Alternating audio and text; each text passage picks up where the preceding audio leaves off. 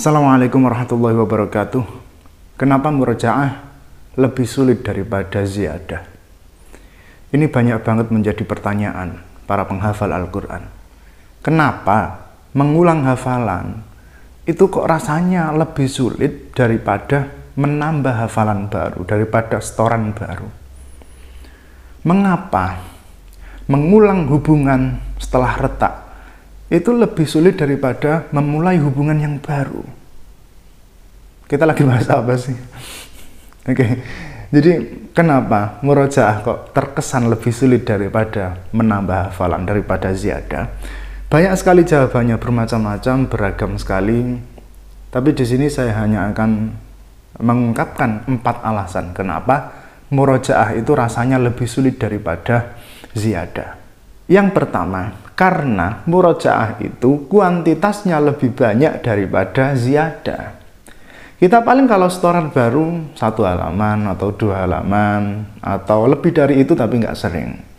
Tetapi kalau murojaah itu paling nggak 5 halaman, ya seperempat juz atau setengah juz atau 1 juz atau bisa juga lebih dari itu. Yaitu kenapa dia lebih sulit, karena lebih banyak. Kayak gini, orang menghafal 1 ayat, terus nanti lagi 1 ayat, terus nanti lagi 1 ayat. Itu tentu jauh lebih mudah daripada langsung menggabungkan ayat-ayat itu. Nah, murojaah itu bukan hanya sekedar mengulang hafalan, tetapi juga menggabungkan hafalan-hafalan itu.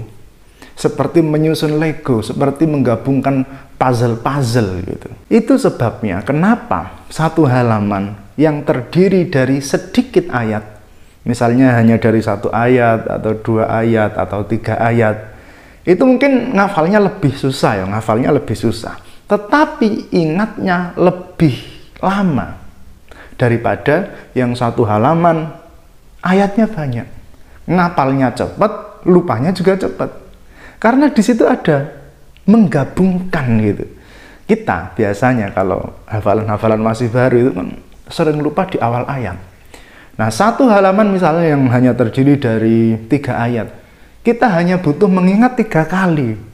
Tapi kalau 1 halaman terdiri dari 10 ayat, kita harus mengingat 10 kali awal ayat gitu. Itu kenapa lebih susah? Dan itu juga yang terjadi pada murojaah.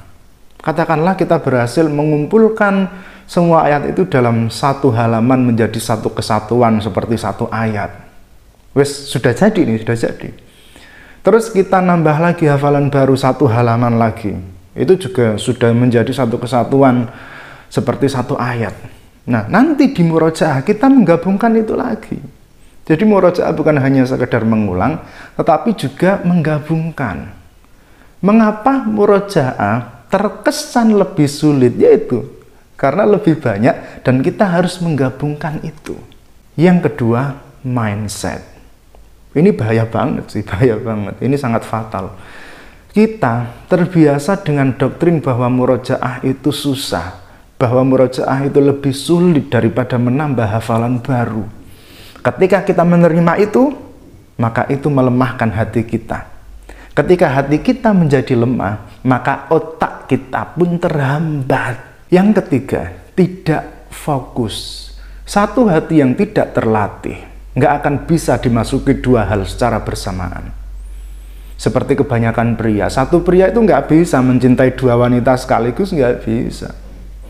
Ada beberapa orang, beberapa santri penghafal Al-Quran itu bingung. Mau nambah apa? Mau murojaah. Nambah kok ayatnya sulit, murojaah kok belum siap. Akhirnya degebut dua-duanya. Yang terjadi malah dua-duanya mental. Hafalan barunya nggak lancar, murojaahnya juga nggak lancar. Apa yang terjadi selanjutnya? Putus asa. Yang keempat, malas. Para pemalas ini biasanya pinter banget mencari alasan. Dia bisa mengumpulkan 1001 alasan cerdas untuk membela dirinya. Mulai dari menyalahkan waktu, aku nggak punya waktu, aku sibuk. Sampai menyalahkan sistem yang ada di tempat dia menghafal Al-Quran itu.